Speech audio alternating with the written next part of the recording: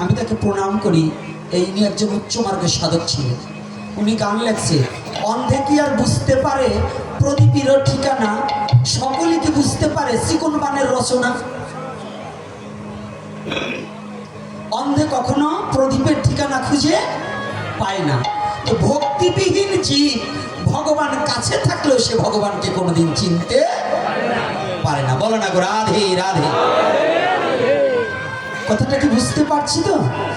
আমি যত বড় জ্ঞানী হই, যদি ভক্তি না থাকে তাহলে ভগবানকে চিনতে পারবো না।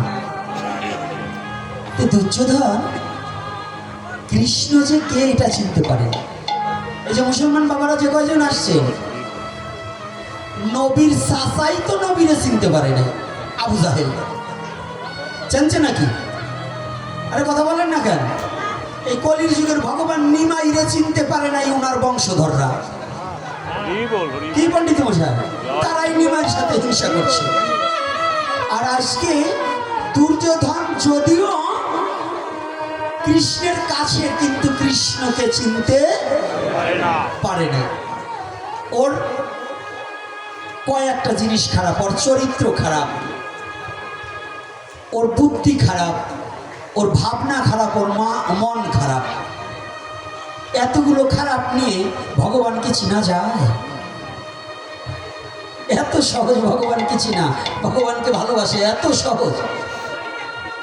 তুই লাভ মেরে ভগবানকে চিনবাস,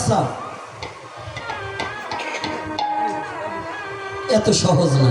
এই জন্য একটা গান মনে পড়ছে, গাবো না, ওই যে কি জানো, নূরে মায়া, এই নূরে, ওর নাম যেন কি, গানটা গাইছে একটা মুসলমান ছিল বয়াতি, ভালো, এত লাফাস কেন রে তোরা, এত লাফাস কেন, যদি লাফাইয়া খোদারে পাইতো আগে পাইতো বেল।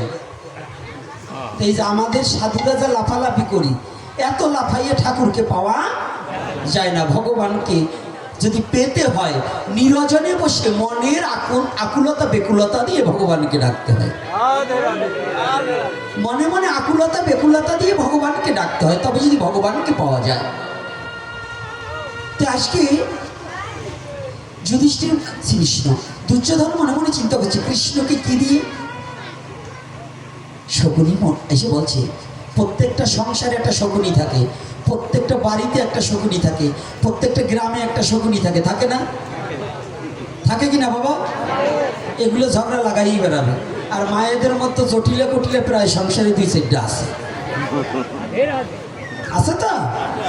তো ওই শকুনি এসে বলছে, ভাগ্নে কি, আরে ও তো গোয়ালার ছিল,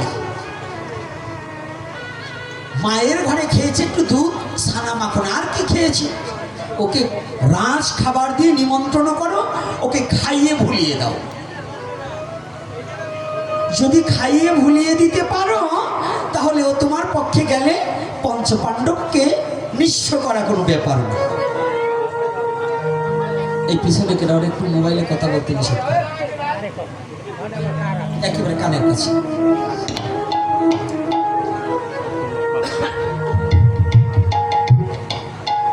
একদিন দুর্যোধন, ভগবান কৃষ্ণ বসে আছে, দুর্যোধন গিয়েছে।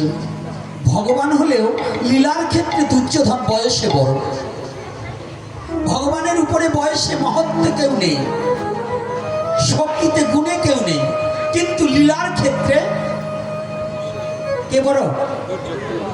দুর্যোধন বয়সে বড়। তো দুর্যোধন যাওয়ার সাথে সাথে ভগবান তো সবই জানে, অন্তরের কথা, দাঁড়িয়েছে, দাদা, ও দাদা, হ্যাঁ কৃষ্ণ, আমি আসলাম, তোমার কাছে এসেছি। দেখবেন শয়তান লোকের এবার একটু মিষ্টি ভাষা বেশি। গাঁজাখোর ছেলেরা মাইয়ে পটায় ভালো, দেখবেন বাবাখোর যে কয়টা, বাবাখোর আর ওই গাঁজাখোর যে কয়টা, এই ফ্যান্সিডিল হিরিয়ন খোর যে কয়টা, পিছনটা মরিয়ে এরকম শুকিয়ে গেছে, চাপা চুপো ভাঙিয়ে গেছে, ওই চুরি ছেঁচড়ামি করি একখান মোটর সাইকেল কিনছে, ওই খালি আজকাল মাইয়েগো সামনেতে 3 বার যাওয়া আসা করলে ওই মাইয়ে পৌঁছে যায় ওই গাঁজাখোরের কাছে। আর ভালো ছেলে যেটা, তারে কেউ মাইয়ে দিবার চায়নি।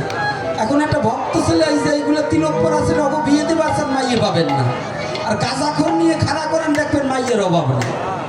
মাইয়ে তো দূরের কথা, মাইয়ের মাও রাজি হয়ে যায়। কি কি বলেন একবার সত্য কথা বলেন আরে পুরোটা হাততালি দিল কি খাইয়ে বলেন তো ওইটি কি ওই দলে পারছে না